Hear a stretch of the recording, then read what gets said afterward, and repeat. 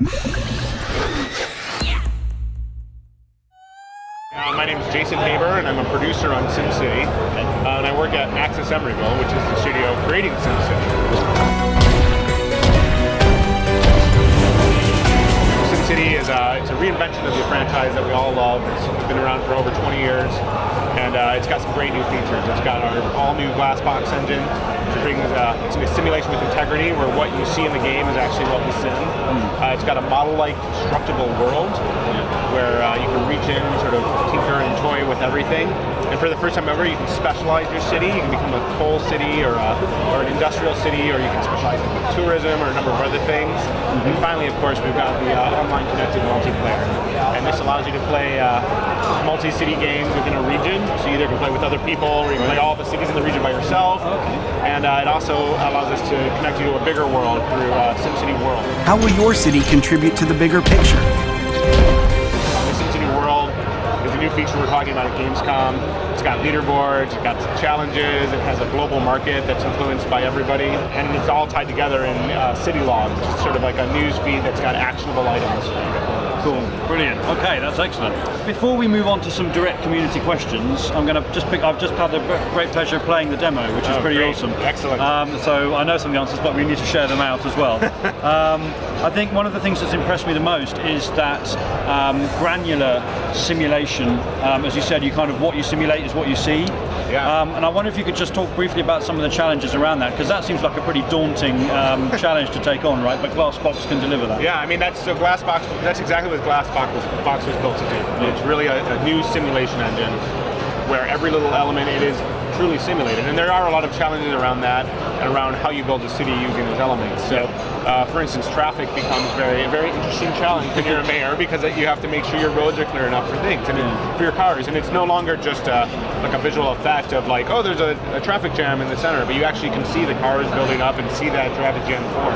Yeah. So you get that level, and that was the need to create the new engine, because there wasn't really anything out there that was going to do that. Exactly. And from what I've seen, it seems that you've taken on board a lot of the things I'm a SimCity fan, that you kind of think, oh, you know, I want more creativity in how I can lay my city out. And I enjoyed doing an enormous curved road on the stuff. But has feedback and kind of some of the issues that the community's highlighted in the past, does that really influence design around the game? Or? I mean, I think we're aware of what our fans want and what they've talked about in the past. We know that curvy roads are a huge feature that everybody wants, and they've been a lot of fun to do. I mean, they're very challenging to implement curvy roads, but they work great. We actually had a designer at the studio who made a city shaped like a guitar, cool. And it was fully functional and actually profitable. It was really cool. And we actually had challenges within the studio. We have a bunch of people try to make fun things with curvy roads. Ocean Quigley, who's our creative director, he actually made a sketch of himself out of curvy roads. Awesome. So you're right, they really have unlocked the creativity. In addition, you can also, and you probably saw this in the demo, you can also go in and edit a building and add additional modules. So we think that will also sort of give some creativity to the players. Yeah, so your creativity is not restricted to layout. You can now work with individual buildings, which gives you such an amazing sense of control and input and kind of care for the city, which is pretty incredible.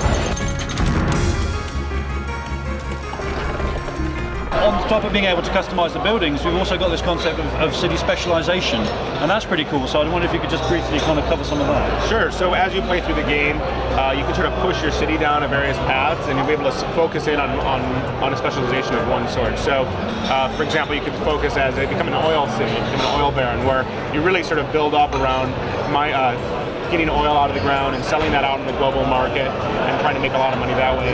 You can also specialize as a casino city, and there you're trying to get tourists in from the region, from the other cities in the region, and bring them in and make a lot of money off of that. So you, again, further ability to really make it your city rather than a city. Right, and actually the look of the city will evolve with the specialization. So a casino city, not only will the ploppables or the buildings that you plop down look different, because it's going to look like a casino and it's going to look like an oil well, but actually the whole RCI around that will change and sort of react to how you built that city. Exciting. And you mentioned there you can specialize in certain areas.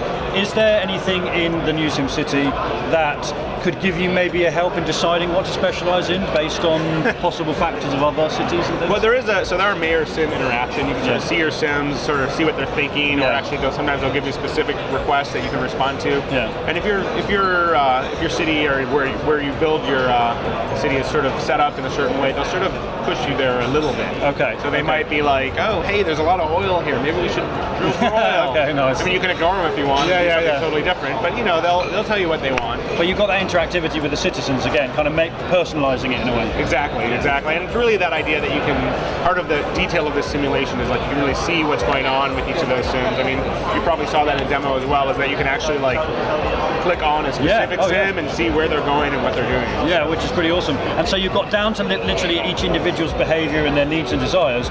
You've then got now the global picture as well because of this connectivity. Right. And I saw there's some sort of charting of the sort of global economy and global needs and stuff like that. So that's a crazy level to take it to. You know, it's so exciting to be able to work in that landscape.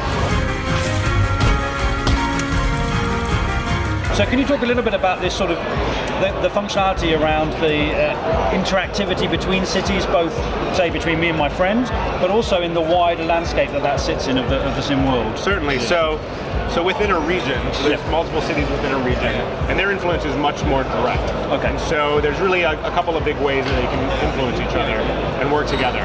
So as a city within a region, I can share my resources with other cities. Okay. I can also get resources from other cities or send my sims to go work at other cities. The things that happen in my city will actually ripple out. So I'll have a lot of pollution or crime that'll actually affect other cities within my region. And then as a whole within the region, we can actually work on great works together.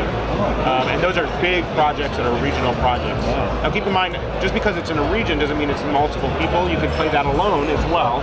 Or you could play with your friends, or you could even play with strangers. You can just jump in and join a random region, which I think a lot of people will enjoy doing. It's a lot of fun to do that.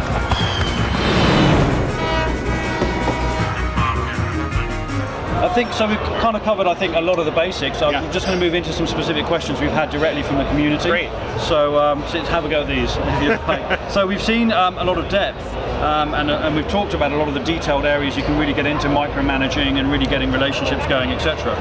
How have you guys worked to make that accessible to people that maybe aren't like a sim veteran, you know, SimCity veteran? Yeah, well, I think so. What we can do is we are using what we call data layers, and this is where we sort of strip back the graphics of Glassbox, and you can look and see the data visualized in an interesting way. These are inspired by infographics. So for instance, in the hands-on demo you saw, we had one for the water tower. When you're trying to plop it down, it actually sort of shows you exactly what the water map looks like under the layer. Or for seeing what part of your city is powered, you can bring up the power layer and it'll show you, like, in yellow exactly what buildings have power and how far that power is traveling. So we've really tried to take those charts and graphs and push them away, and again, visualize it in a really easy, accessible way, so that newer players will be able to understand what's going on. So players can come in and see the overall city, but they can then break down kind of the challenges of managing it per layer and address, right, if I get that layer right, I can move on to the next one and kind of balance that out. Exactly. That's awesome. Okay, really cool. So that was a question from ShadowWolf2079. We now have a question from the legendary AI. If you want to play with your friends in, say, a region, what happens if they're not online when you're online? Does their city still kind of function in the background, or is it per session? Yes, so it is asynchronous play. You don't need them to be online to play with them.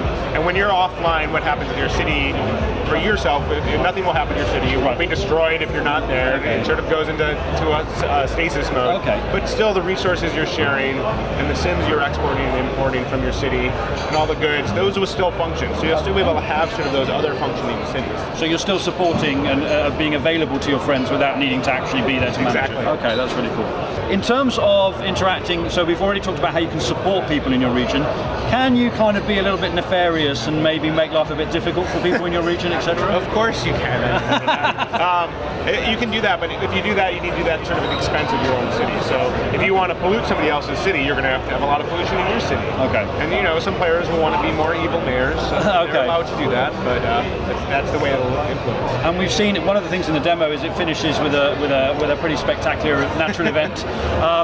And that's not something you can't sort of send an asteroid strike onto your neighbour or something like that, can you? Well, no, you can't. No. You won't be able to send it to your neighbour. No. So it's pretty realistic. You can influence their city with pollution and economy and things like that, exactly. Transportation, but then you have to deal with the challenges that nature provides on a per city basis. Once again, we're really trying to simulate what it's like to be a mayor and have a neighboring city, right? So the choices you make are going to ripple out and affect those other cities. Well, thank you very much for your time. We have to let you go. You're a man much in demand. I am. Do we have a release date? Yeah, so SimCity is coming out for Mac and PC. I can say that in February 2013. Brilliant. Thank you very much. Thank you.